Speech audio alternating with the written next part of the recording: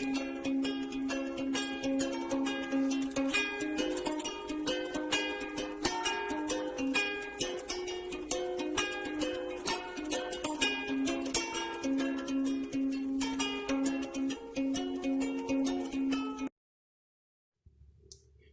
kita membahas lebih lanjut mengenai perbedaan dari SPKN dan SPAP, mari kita membahas terlebih dahulu definisi dari SPKN dan SPAP. Kedua standar ini merupakan standar profesional yang digunakan untuk memperoleh mutu tertinggi dalam pemeriksaan sesuai standar profesional yang telah ditetapkan. SPKN harus digunakan bersama-sama dengan SPAP yang telah ditetapkan oleh IA. Perbedaan SPKN dan SPAP ini terbagi menjadi dua. Yang pertama ada berdasarkan dasarnya dan yang kedua berdasarkan isinya. Untuk yang pertama ini saya akan menjelaskan perbedaan SPKN dan SPAP berdasarkan dasar. Yang pertama, perbedaan berdasarkan tujuannya. Tujuan dari SPKN sendiri yaitu untuk mengelola keuangan negara secara tertib, ekonomis, efisien, transparan, dan bertanggung jawab dengan memperhatikan rasa keadilan dan kepatutan sesuai dengan ketentuan peraturan perundang-undangan yang berlaku. Kemudian, menyusun dan menyelenggarakan pengendalian internal yang efektif guna menjamin 1. Pencapaian tujuan sebagaimana semestinya. 2. Kepatuhan terhadap ketentuan perundang-undangan. 3. Keselamatan atau keamanan kekayaan yang dikelola. 4. Perolehan dan pemeliharaan data atau informasi yang handal dan pengukuran data atau informasi secara wajar. Sedangkan SPAP sendiri bertujuan untuk menetapkan standar dengan memberikan bimbingan pada tanggung jawab auditor dalam membuat laporan audit laporan keuangan, sehubungan dengan going concern dalam pembuatan laporan keuangan, termasuk pernyataan manajemen dalam penilaian entitas kemampuan untuk melanjutkan sebagai going concern. Kemudian perbedaan yang kedua yaitu berdasarkan objek. Standar SPKN sendiri digunakan sebagai standar untuk memeriksa laporan keuangan pemerintah yang terdiri dari laporan realisasi anggaran, laporan perubahan saldo anggaran lebih, neraca, laporan operasional, laporan arus kas, laporan perubahan ekuitas, dan catatan atas laporan keuangan. Sedangkan SPAP sendiri digunakan untuk memeriksa laporan keuangan pihak swasta yang terdiri dari laporan posisi keuangan, laporan laba rugi, laporan perubahan ekuitas, laporan arus kas, dan catatan atas laporan keuangan. Perbedaan dasar yang ketiga yaitu berdasarkan subjek.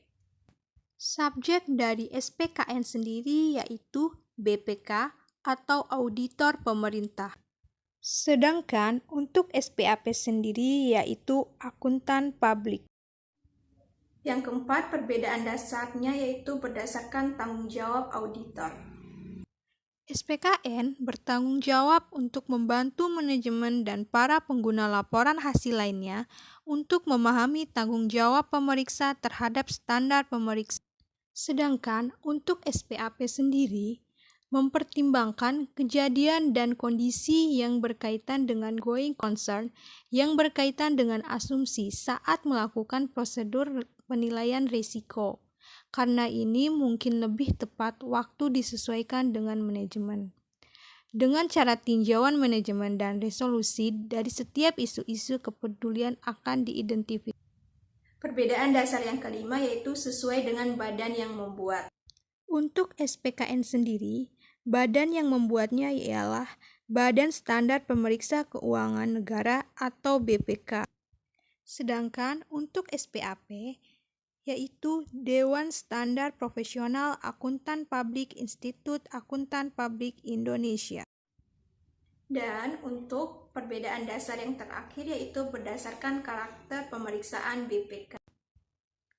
Pada SPKN, karakter ini adalah keharusan pemeriksa BPK untuk merancang prosedur pemeriksaan terhadap kepatuhan yang terkait dengan pemeriksaan yang dilakukan dan waspada atas penyimpangan lainnya. Selain perbedaan yang disampaikan di atas, ada juga perbedaan dalam isi SPAP dan SPKN. Perbedaan ini disampaikan dalam bentuk pernyataan standar pemeriksa atau disingkat PSP. Yang pertama ada PSP mengenai perbedaan standar umum yang dikelompokkan menjadi beberapa kriteria. Pertama ada kompetensi. Dalam SPAP, auditor lebih ditekankan pada kemampuan auditor dalam pelaksanaan tugas, sedangkan dalam standar umum, auditor ditekankan paling tidak memiliki pendidikan formal tentang audit dan akuntansi. Tanggung jawab organisasi pemeriksaan dalam memastikan personil berkualitas dalam pelaksanaan tugas menurut SPKN lebih ditekankan, dan SPKN lebih detail dalam menjabarkan mengenai kecakapan profesional, termasuk dalam jenjang persyaratan pendidikan berkelanjutan yang harus ditempuh oleh auditor pemerintah, di mana salah satunya menuliskan setiap 2 tahun harus menyelesaikan paling tidak 80 jam pendidikan yang secara langsung meningkatkan kecakapan profesional pemeriksa untuk melaksanakan pemeriksaan. Kriteria yang kedua ada independensi. Pada dasarnya, untuk sikap mental independensi mutlak diperlukan oleh auditor dan hal itu dinyatakan dalam masing-masing pernyataan, baik dalam SPKN maupun pernyataan standar auditing, sehingga pernyataan ini tidak jauh berbeda dan tetap berintikan pada kata independensi auditor. Independen sendiri secara garis besar yang wajib dimiliki auditor adalah independent in appearance, in fact, and in mind. Hal ini tidak dijabarkan dalam SPKN dan lebih memfokuskan bagaimana gangguan yang mungkin terjadi dalam rangka menggoyang independensi auditor. Kriteria yang ketiga ada kemahiran profesional. Dua standar ini, baik SPAP maupun SPKN, sama-sama menekankan pada kemahiran profesional, yang di dalamnya juga terdapat salah satunya sikap profesional skeptis, sehingga baik dalam penjabaran maupun pernyataannya sendiri pada dasarnya tidak berbeda jauh. Dan kriteria yang keempat dari PSP standar umum adalah pengendalian mutu. Dalam SPAP, standar pengendalian mutu diatur tersendiri dalam pernyataan standar pengendalian mutu yang dilengkapi dengan interpretasi pernyataan standar pengendalian mutu. Sedangkan dalam SPKN, standar pemeriksaan harus memiliki standar pengendalian mutu yang memadai dan sistem pengendalian mutu tersebut harus direview oleh pihak lain yang kompeten atau pengendalian mutu ekstern. Selanjutnya ada PSP yang kedua mengenai perbedaan dalam standar pemeriksa keuangan yang dibagi menjadi beberapa kriteria. Yang pertama ada kriteria perencanaan dan supervisi. Di sini tidak ada perbedaan karena baik SPAP maupun SPKN pekerjaannya harus direncanakan dengan sebaik-baiknya dan jika digunakan tenaga asisten harus disupervisi dengan semestinya.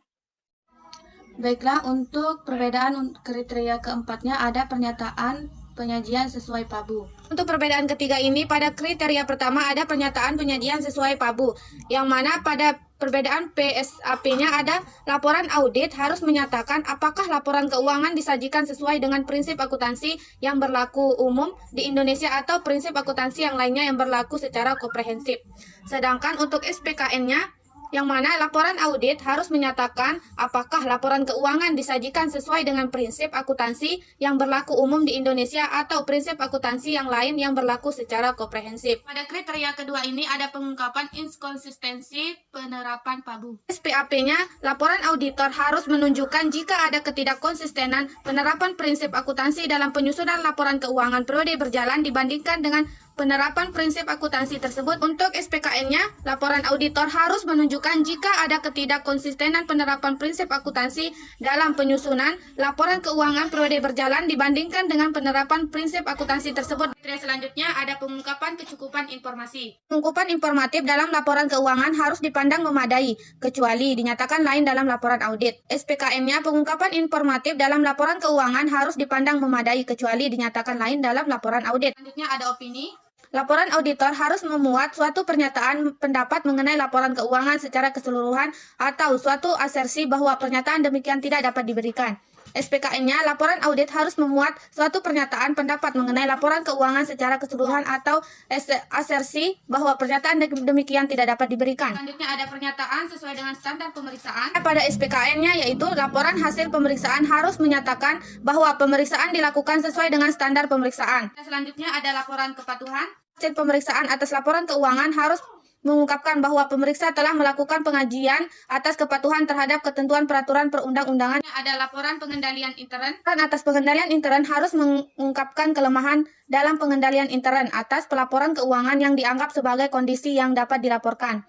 Kriteria selanjutnya ada tanggapan terperiksa. Laporan hasil pemeriksaan yang memuat adanya kelemahan dalam pengendalian intern, kecurangan, penyimpangan dari ketentuan peraturan perundang-undangan, dan ketidakpatuhan. Ada informasi rahasia. Informasi rahasia yang dilarang oleh ketentuan peraturan perundang-undangan atau diungkapkan kepada umum tidak diungkapkan dalam laporan hasil pemeriksaan. Kriteria selanjutnya ada distribusi laporan. Hasil pemeriksaan diserahkan kepada laporan perwakilan entitas yang diperiksa, pihak yang mempunyai kewenangan untuk mengatur entitas yang diperiksa. Yang pertama ada perencanaan. Kerjaan harus direncanakan secara memadai. Ada supervisi. Staf harus disupervisi dengan baik. Ketiga ada bukti pemeriksaan. Bukti yang cukup, kompeten, dan relevan harus diperoleh untuk menjadi dasar yang memadai bagi temuan dan rekomendasi pemeriksa. Keempat, PSP 6 yaitu standar pelaksana pemeriksa dengan tujuan tertentu. Kriteria yang pertama perencanaan, SPAP IAI dan SPKN BPK itu sama, pekerja harus direncanakan sebaik-baiknya dan jika digunakan asisten harus disupervisi dengan seharusnya. Kriteria yang kedua bukti pemeriksaan, SPAP IAI dan SPKN BPK sama, bukti yang cukup harus diperoleh untuk memberikan dasar rasional bagi simpulan yang dinyatakan dalam laporan. Kriteria yang ketiga, komunikasi pemeriksaan. Selama dalam tahap perencanaan pemeriksaan, pemeriksa harus mengomunikasikan kepada entitas yang diperiksa dan atau pihak yang meminta pemeriksaan tersebut mengenai hal-hal yang berkaitan dengan sifat, saat, lingkup, pengujian dan pelaporan, dan tingkat keyakinan yang diharapkan serta kemungkinan adanya pembatasan atas laporan hasil pemeriksaan yang dikaitkan dengan tingkat keyakinan untuk mengurangi risiko salah interpretasi atas laporan hasil pemeriksaan. Kriteria selanjutnya, pertimbangan pemeriksaan sebelumnya.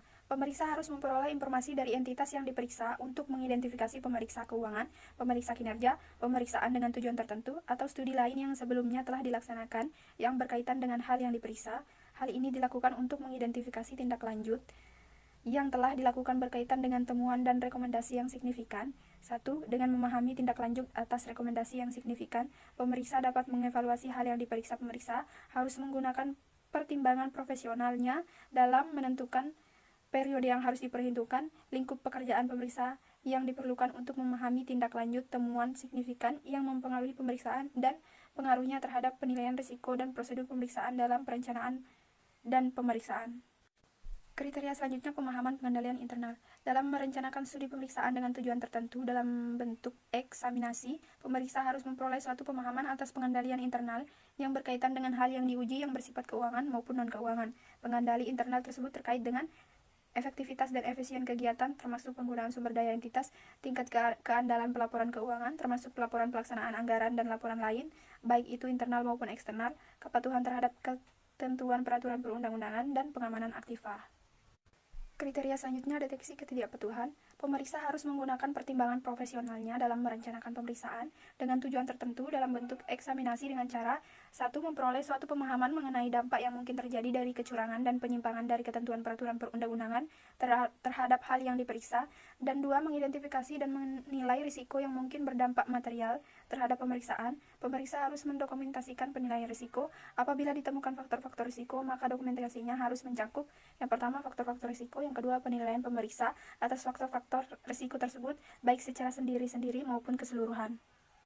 Kriteria yang terakhir itu dokumentasi pemeriksaan. Bentuk dan isi dokumentasi pemeriksaan harus dirancang sedemikian rupa sehingga sesuai dengan kondisi masing-masing pemeriksaan. Informasi yang dimasukkan dalam dokumentasi pemeriksaan menggambarkan catatan penting mengenai pemeriksaan yang dilaksanakan oleh pemeriksa sesuai dengan standar dan simpulan pemeriksa, kualitas, jenis, dan isi dokumentasi pemeriksaan didasarkan atas pertimbangan profesional pemeriksa. PSP selanjutnya yaitu PSP 7, standar pelaporan pemeriksaan dengan tujuan tertentu. Kriteria yang pertama itu pernyataan asersi. SPAP IAI dan SPKN BPK itu sama. Laporan harus menyebutkan asersi yang dilaporkan dan menyatakan sifat pemeriksaan atestasi yang bersangkutan. Kriteria yang kedua, simpulan atas asersi. SPAP IAI dan SPKN BPK itu sama. Laporan harus menyatakan simpulan praktis mengenai apakah asersi disajikan sesuai dengan standar yang telah ditetapkan atau kriteria yang dinyatakan dipakai sebagai alat ukur. Kriteria yang ketiga, pengungkapan keberatan. SPAP IAI dan SPKN BPK sama. Laporan harus menyatakan semua keberatan praktisi yang signifikan tentang perakitan dan penyajian asersi. Kriteria selanjutnya, pengujian berdasarkan kriteria. SPAP IAI dan SPKN BPK masih sama. Laporan suatu perikatan untuk mengevaluasi suatu asersi yang disusun berdasarkan kriteria yang disepakati atau berdasarkan suatu perikatan untuk melaksanakan prosedur yang disepakati harus berisi suatu pernyataan tentang keterbatasan pemakaian laporan hanya oleh pihak-pihak yang menyepakati kriteria atau prosedur tersebut.